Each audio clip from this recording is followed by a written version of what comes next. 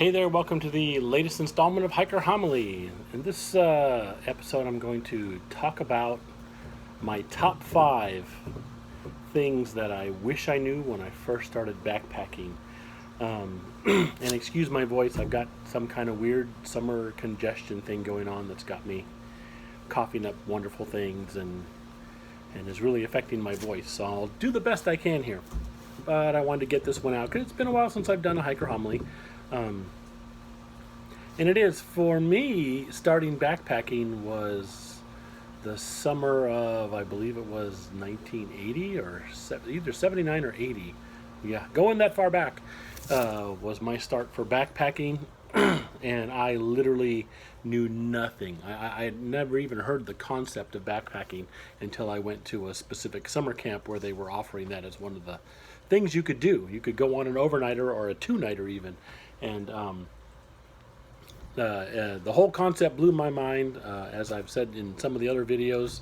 If you've watched some of the other ones, at the time I was your typical geek kid who just loved reading things like Tolkien and stuff like that, and the idea of backpacking. I also was really interested in history. I loved the idea of the whole pioneer period of America.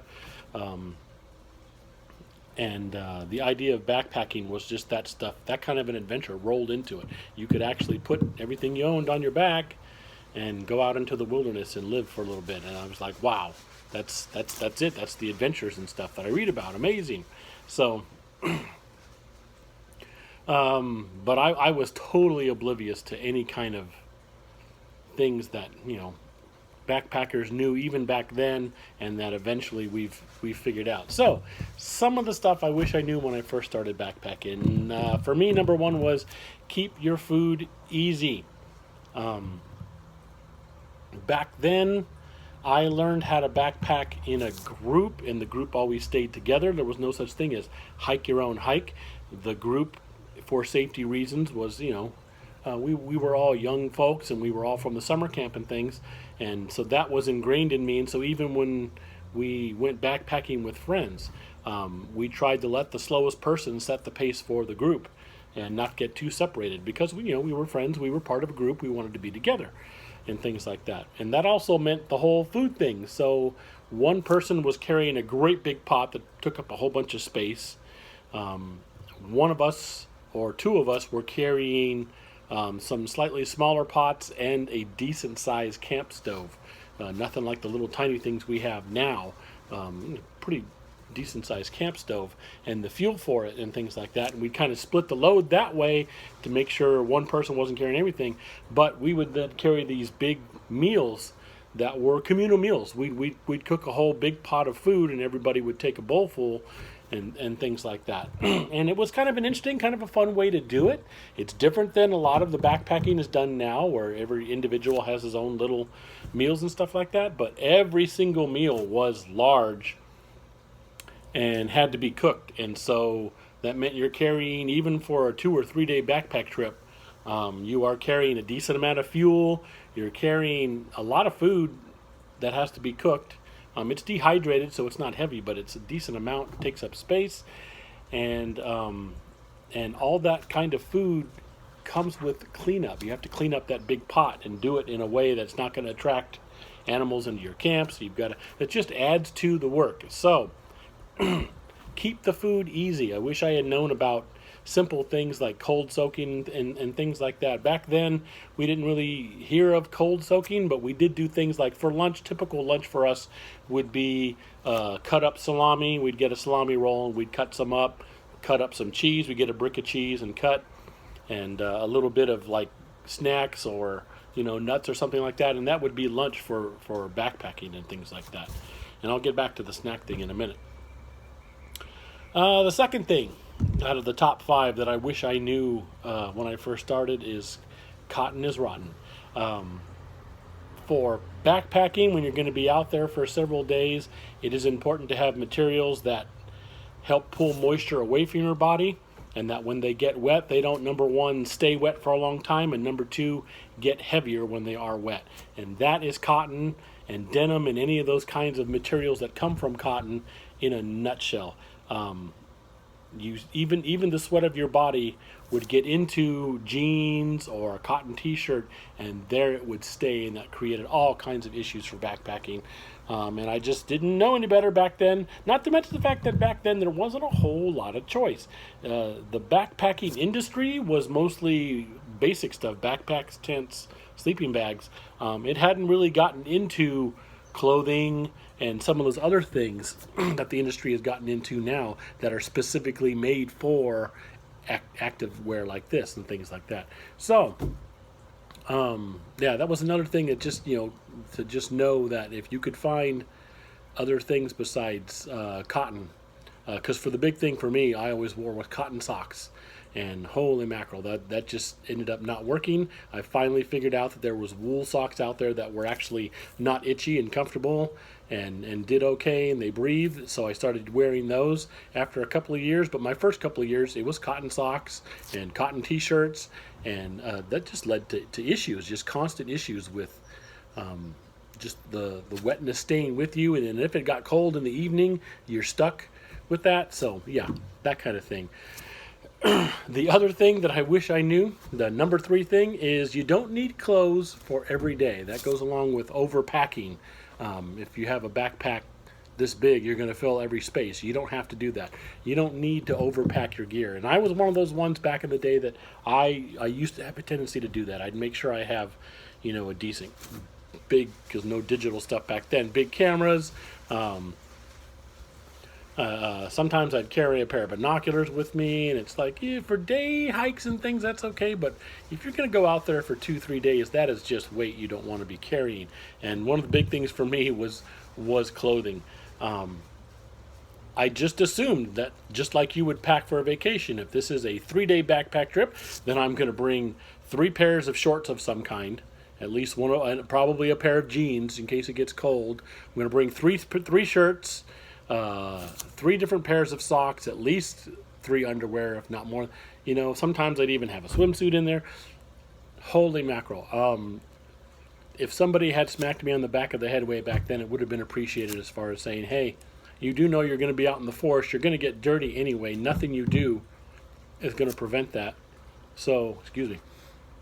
So you don't need all of that. Bring, maybe 2 shirts, but probably 1 will do for a couple of days. 1 pair of pants to wear, or shorts. It's good. Back then I was a short wearer. Now I prefer pants for leg coverage and stuff. 1, maybe 2 pairs of socks, and then same thing with underwear. Good to have the backup, but at the same time, it's not necessary to have a pair for every single day you're going to be out there. That was just way too much space that I took up in my pack on that. My pack back then was mostly clothing and food. That's generally, and then because sometimes I'd be the one carrying one of the big cooking pots, holy mackerel. And then number 4, I learned pretty quickly, but for my first couple of backpack trips, the early hiker gets the web. That's the old saying right there. If you get out there early and you're one of the first ones out on a trail, or it's a trail that isn't very often used, you are going to get spider webs to the face, because those guys are out there in the evening and the early morning, that whole time, just spinning those webs across those trails. And if you're the first one across there, you're going to get them, and you're going to spend half the morning brushing those off of your face. It's going to be driving you crazy. I had no inkling of that whatsoever, and now I know why some of the more experienced backpackers I went with would always say, "Yeah, you're young. You can go ahead and lead us off and send me down the path first." Yeah, because they knew I was going to be breaking all those webs for them. And then the final thing, number 5. Again, as an inexperienced backpacker, someone who didn't think about things, I thought in terms of 3 squares meals a day, and you're always told to be in good shape. Snacking is bad, but you got to take into account the fact that you are backpacking, and so most of your day is going to be spent hiking with weight on your back. And then you're going to camp somewhere at night and things like that. You need that extra energy, and so snacks. Bring snacks. There were plenty of time where I would just be dying by the first stop we would take, for lunchtime, and I would be ravenous. and I'd have to be careful because we're trying to ration our food to make it work. So we have this thing of salami, and we've got to make this work for 3 days, between a couple of us and things like that. And so I couldn't just like take half that thing and just eat it like I felt like doing, because I was just ravenous. And then by the end of the day when we're camping, I just couldn't get enough food. And again, at the time we're sharing things, and so I couldn't just dig into this pot and take all I wanted and things. And so I spent a lot of my first year or so backpacking, which would be 3 or 4 backpacking trips, hungry most of the time. And then by the time we got done backpacking, it was a tradition that we'd stop and get something. On our way back from the Sierras on, I believe it's Highway 80, we would stop at the Burger King in Auburn. That was our tradition to stop about then.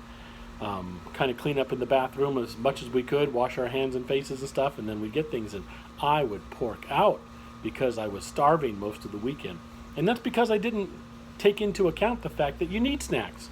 When you are exercising that intensely every day, you need more than 3 square meals a day. You got to have that energy snack going on, whether it's extra cheese or a couple of Snickers bars or some nuts, or there's all kinds of different things you can do for snacks. There's I'm going to be doing maybe a hiker homily on that, on just snack ideas and things like that. But you got to have snacks. And when I first started out, I just never made that connection until I realized I'm just not bringing enough food. I am so hungry on these backpacking trips. And then it hit me. Well, duh. You're walking most of the day. You're using all your calories and your energy. And so 3 square meals ain't going to cut it. And so I started bringing snacks, and what do you know? That helped. I had more energy in the daytime, could do more miles, felt better. I wasn't ravenous every time we finally stopped to eat something. I wasn't trying to eat everything we had, So there it is. So keep your food easy. Cotton is rotten. You don't need a clothing item for every single day, different clothing item for every single day you're going to be out there. The early hiker gets the webs and snacks. Those are the 5 things for me, the top 5 things that I wish I knew when I first started backpacking that would have made things easier for me. There's other things out there, but I just decided to go with my top 5. So if any of you have some different ones that you would put in your top 5 way up there, let me know. As usual, you can get a hold of me at hikingforhealthca@gmail.com. You can leave comments down below in this video, down below the video when I post it to Patreon, and the email. And you can also get a hold of me on Instagram at hikingforhealthca. Other than that, that's this version of Hiker Homily. I hope you enjoyed it, and I will see you next time.